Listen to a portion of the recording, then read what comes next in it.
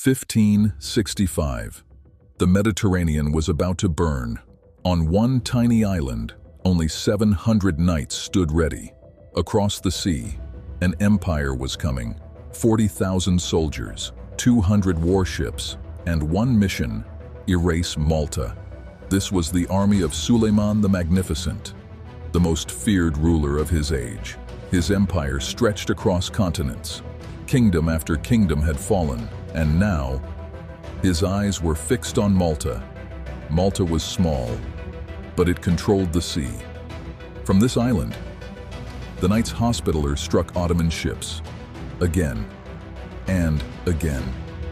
To Suleiman, Malta had become a problem, and problems had to be destroyed. But Malta was not alone. Standing on its walls were warriors unlike any other. Knights, monks, soldiers of faith. Leading them was a 70-year-old warrior, Jean Parisot de Valette. Scarred by war, hardened by loss, he knew the truth. They were outnumbered, but surrender was never an option. Then it appeared. The horizon turned black. Ship after ship after ship. The Ottoman fleet had arrived.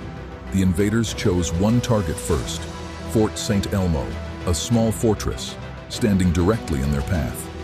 Day after day, cannon fire shook the walls, smoke covered the sky, stone became dust, but still, the defenders held.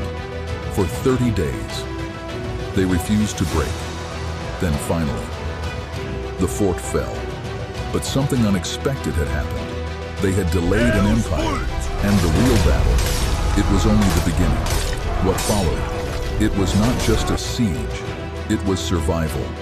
The fighting moved to the heart of Malta. Streets burned, walls shattered, and every day, the enemy kept coming. Soldiers fought, civilians fought, even the wounded carried supplies. This was no longer a battle. It was a fight for existence.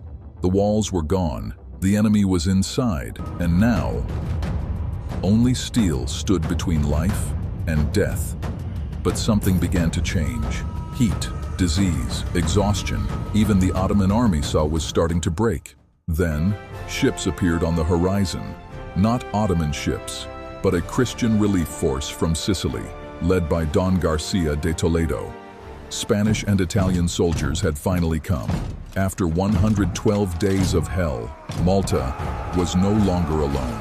On September 8th, 1565, the feast of the Nativity of the Blessed Virgin Mary, the impossible happened. The Ottoman fleet began to withdraw. An empire came to destroy them, but 700 men refused to disappear. Malta still stood. If you love forgotten battles, lost empires, and the stories history almost buried, subscribe and join me for the next one.